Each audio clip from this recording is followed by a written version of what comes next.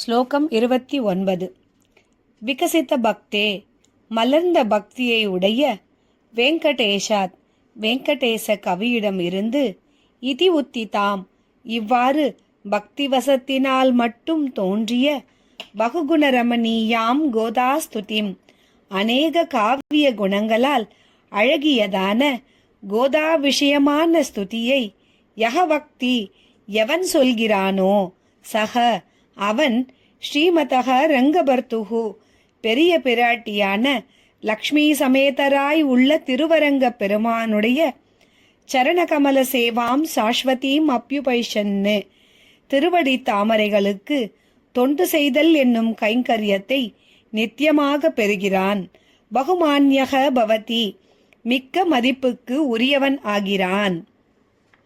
இந்த பலஸ்ருதி ஸ்லோகத்தில் சுவாமி தேசிகன் இந்த கோதாஸ்துதியானது தன்னுடைய மனத்திலிருந்து முழுக்க முழுக்க பக்தியினால் உதித்தது என கூறுகிறார். இந்த ஸ்லோகம் மட்டுமல்ல, சுவாமி தேசிகனுடைய எல்லா ஸ்லோகங்களும் இது போன்று பக்தியினால் மட்டுமே உதித்தவை. ஸ்ரீசுதியில் கூட உபசித குருபக்தே, குருபக்தே என மிகுதியான பக்தியை உடையவனிடமிருந்து தோன்றியது என்று கூறுகிறார்.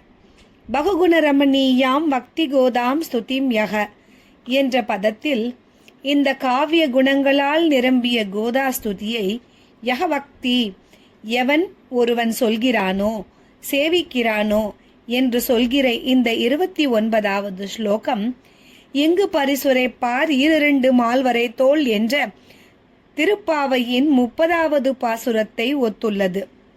எப்படி என்றால், எவன் ஒருவன் இந்த கோதாஸ்துதியை சேவிக்கிறானோ, அர்த்தம் புரிகிறதோ இல்லையோ, யஹவக்தி வெறும் பாராயணம் செய்வதால் மட்டுமே ரங்கநாதருக்கு மிக பிடித்தமானவராவார், பகுமான்யராவார் என்கிறார். அது மட்டுமல்லாமல் பிராட்டியோடு கூடிய பெருமாளுடைய திருவடி தாமரைகளுக்கு என்றென்றும் கைங்கரியம் செய்யும் பிராப்தியும் கிட்டும் என்று கூறுகிறார்.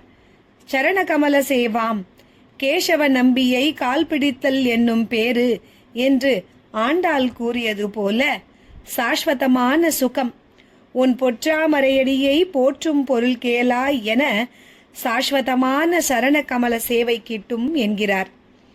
சேவா சுவாமிகள் சொல்கிறார், சாஸ்திரங்கள் எதற்கு, பக்தி ஸ்லோகங்கள் எதற்கு, புராணங்கள் எதற்கு, ஏன் ரகசியத்ரயம் கூட எதற்கு?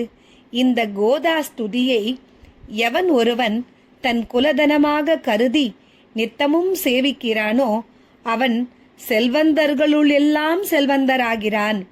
அந்த ஐஸ்வர்யத்துக்கு ஈடு இணையே கிடையாது என்று இந்த கோதாஸ்துதியின் மேன்மையை சொல்கிறார். ஆண்டாள் திருவடிகளே சரணம்.